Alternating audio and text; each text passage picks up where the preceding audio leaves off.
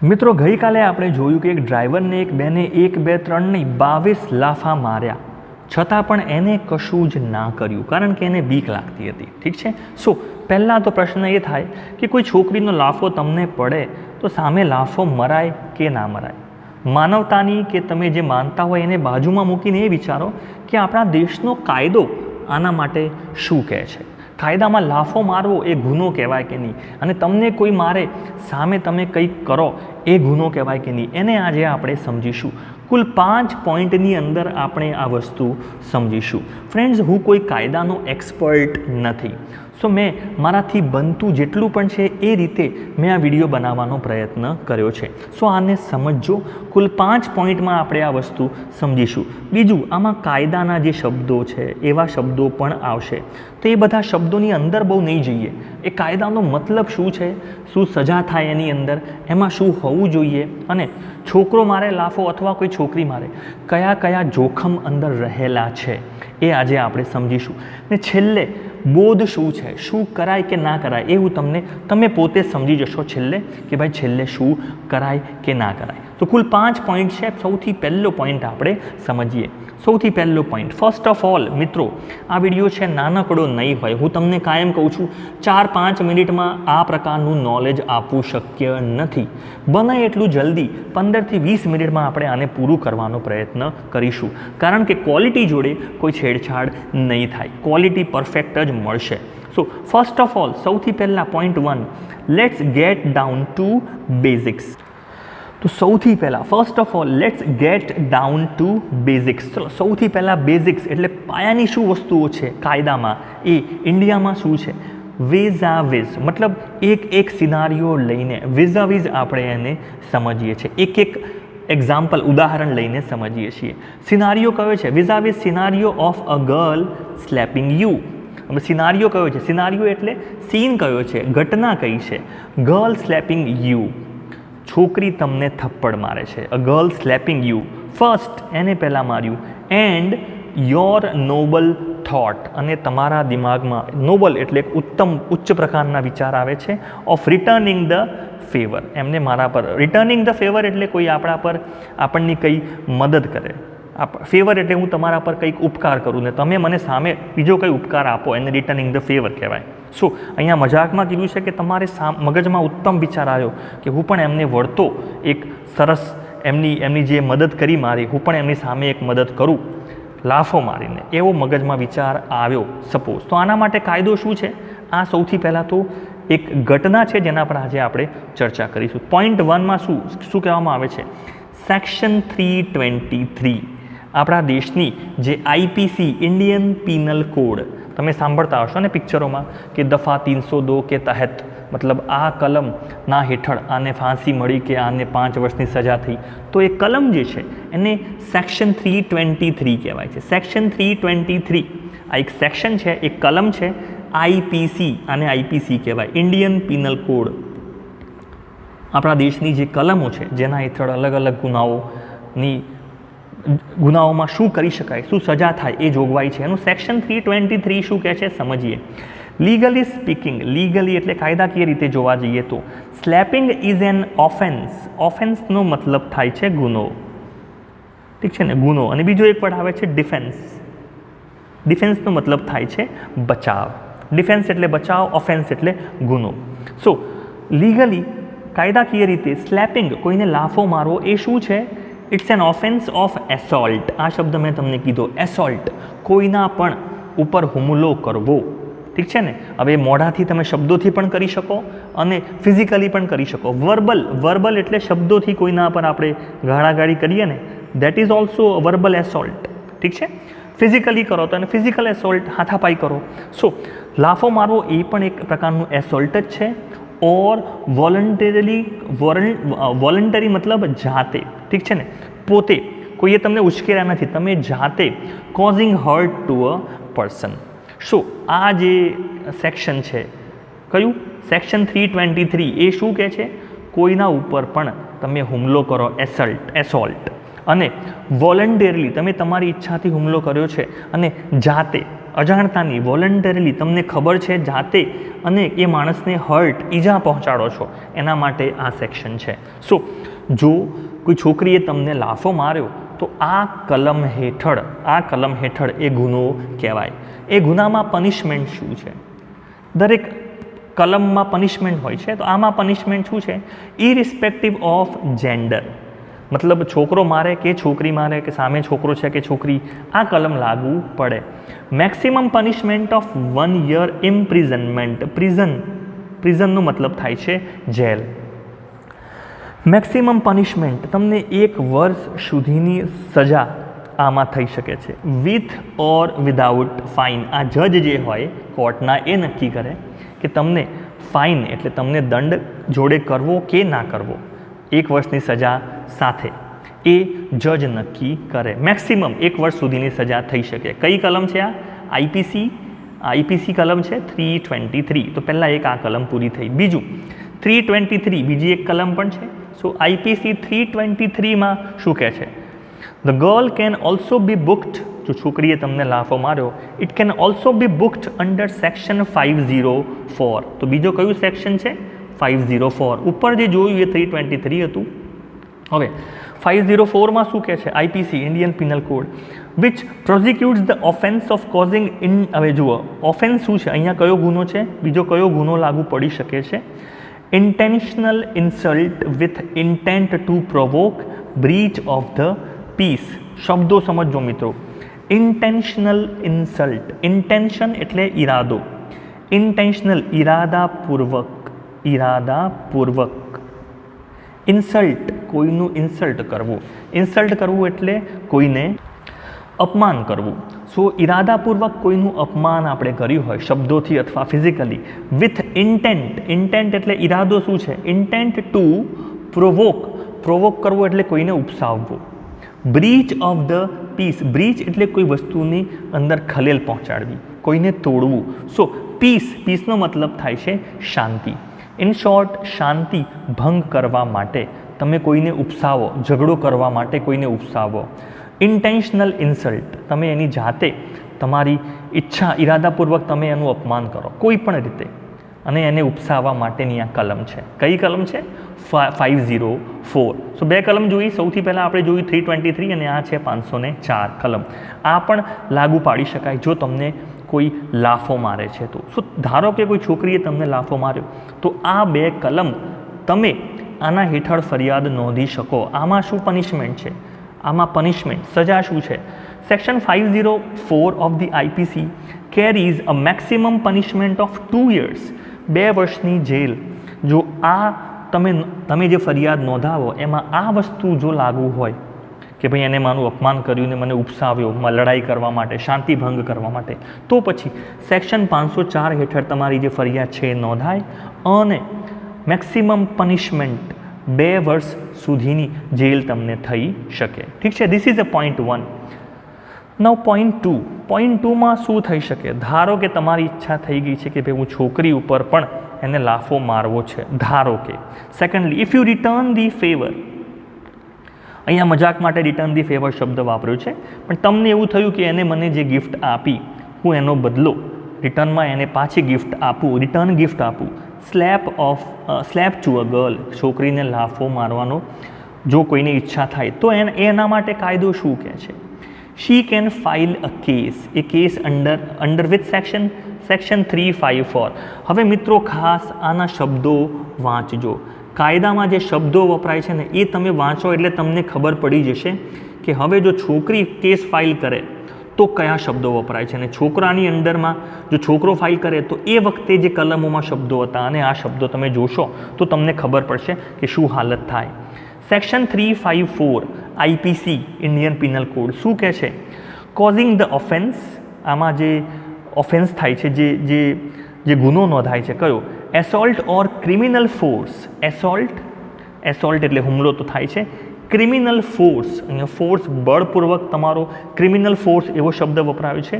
Two woman with intent to outrage her modesty. હવે આ શબ્દ અહીંયા જુઓ, શબ્દ છે મોડેસ્ટી. જે લોકોને આ શબ્દ ખબર છે એ વાંચશે એટલે સમજી જશે કે અહીંયા કયા પ્રકારનો ગુનો નોંધાઈ શકે. મોડેસ્ટીનો મતલબ થાય છે મર્યાદા. અહીંયા મર્યાદા તોડવાનો, એક સ્ત્રીની મર્યાદાનો તોડવાનો પ્રયત્ન, એ પ્રકારનો ગુનો નોંધાઈ શકે છે. કઈ કલમ છે? 354. ઠીક છે. ફોર્સફુલ, ઇરાદાપૂર્વક, બળપૂર્વક, ભલે તમે લાફો માર્યો છે પણ જો આ કલમ લાગુ પાડી શકે. આઉટરેજ હર મોડેસ્ટી, આ અહીંયા આ લાગુ પડી શકે. એના હેઠળ પનિશમેન્ટ શું છે? 2 વર્ષની સજા છે. તમને થાય કે એ તો બધામાં હોય જ છે ને, 2 વર્ષની સજા છે.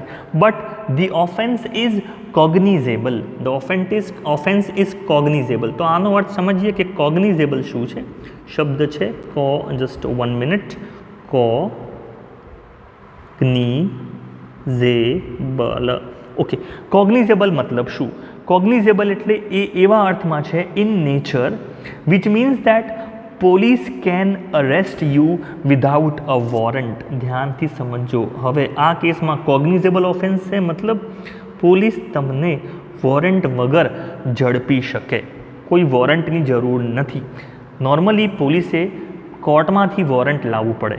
કોર્ટમાં કેસ જાય, કોર્ટમાં જજ કહે કે આને પકડો, એ લોકો વોરંટ જારી કરે, પછી એના ઘરે પોલીસ જાય અને ધરપકડ કરે.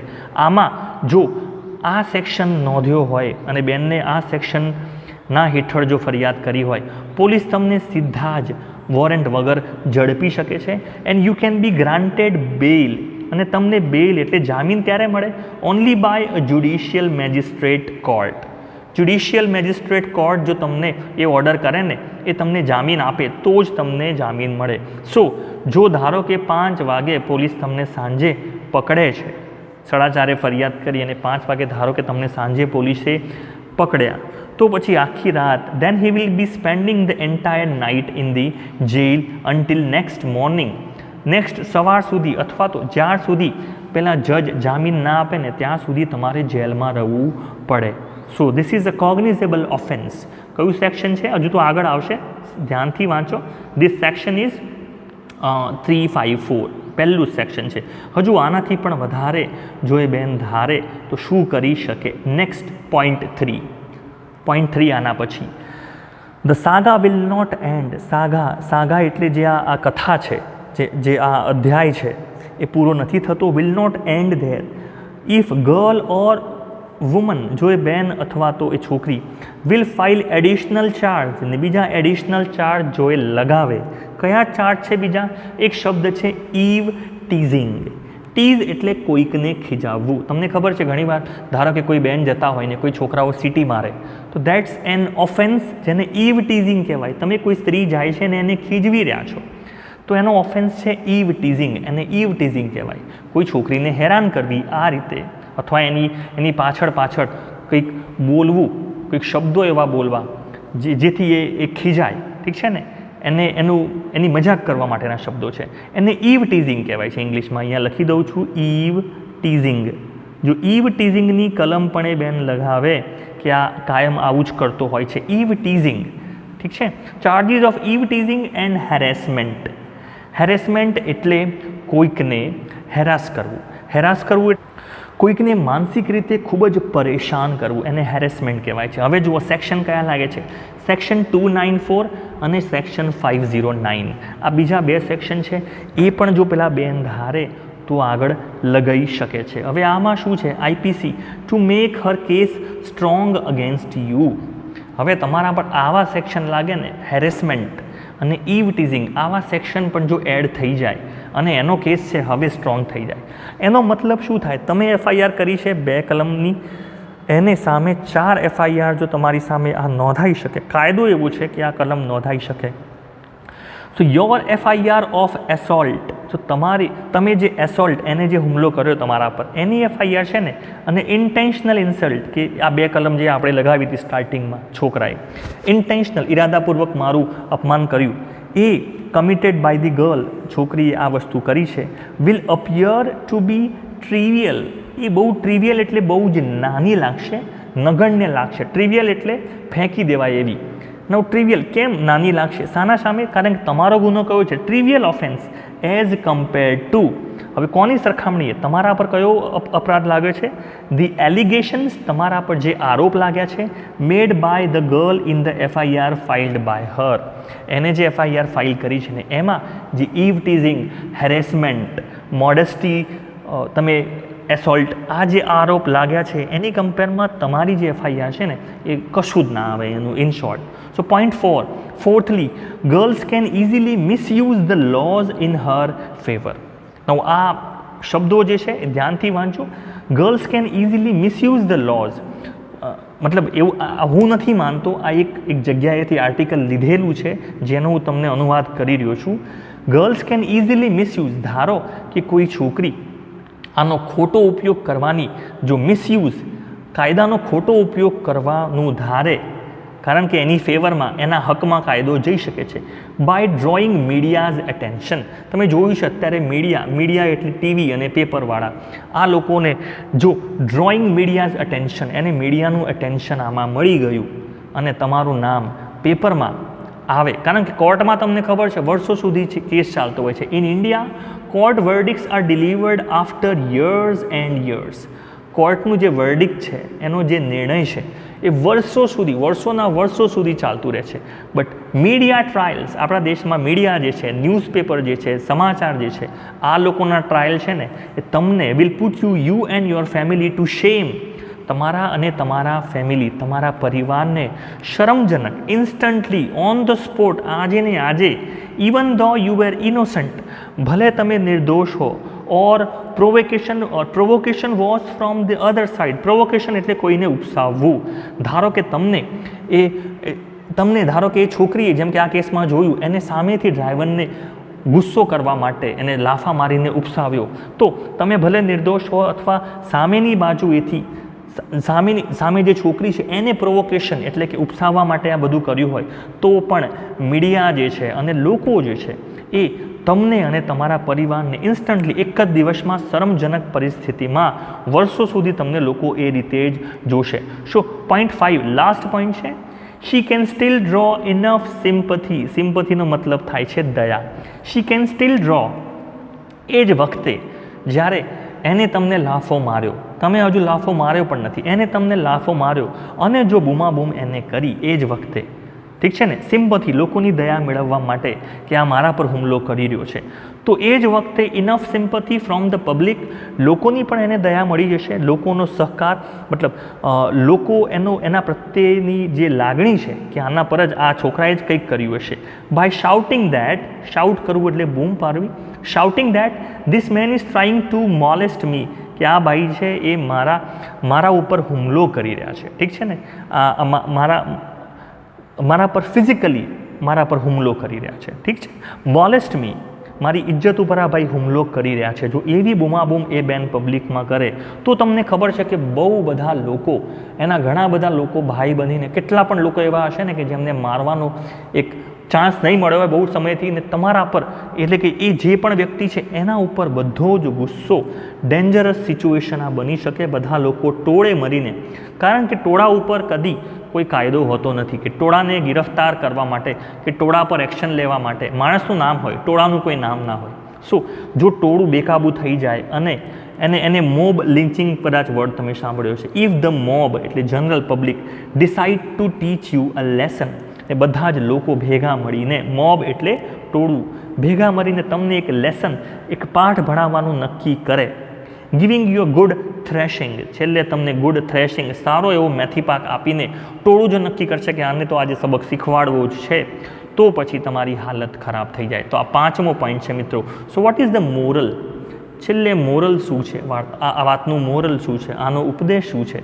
બેસ્ટ ઇઝ ટુ ફોરગેટ, ભૂલી જાઓ. તમને કોઈ છોકરીએ ધારો કે પબ્લિકમાં લાફો માર્યો છે, હવે કાયદાના નિયમ પ્રમાણે હું શું કહું છું, બેસ્ટ ઇઝ ટુ ફોરગેટ, આને ભૂલો, ફોરગીવ, ફોરગેટ ભૂલી જાઓ, ફોરગીવ માફ કરો, એન્ડ વોક કરો એટલે વોક અવે, દૂર જતા રહો, દૂર ચાલો, અને એના કરતાં પણ બેટર, આઈ મીન રન અવે, ભાગી જાઓ ત્યાંથી. એ જે બેન છે જેને તમને લાફો માર્યો છે ત્યાંથી છોડીને ભાગી જાઓ, કારણ કે જો કેમેરાને બધું ના હોય અને તમારા સામે કેસ નોંધાય તો પછી જીવનનું, પરિવારનું ઘણું જ નુકસાન, ઘણી જ શરમ સમાજમાં થતી હોય છે, ઠીક છે ને, સામનો કરવો પડે છે. So friends, thank you for watching this video. કેવો લાગ્યો અમને કમેન્ટમાં જણાવો. ચેનલને સબસ્ક્રાઈબ કરો અને લાઈક કરો. Thank you.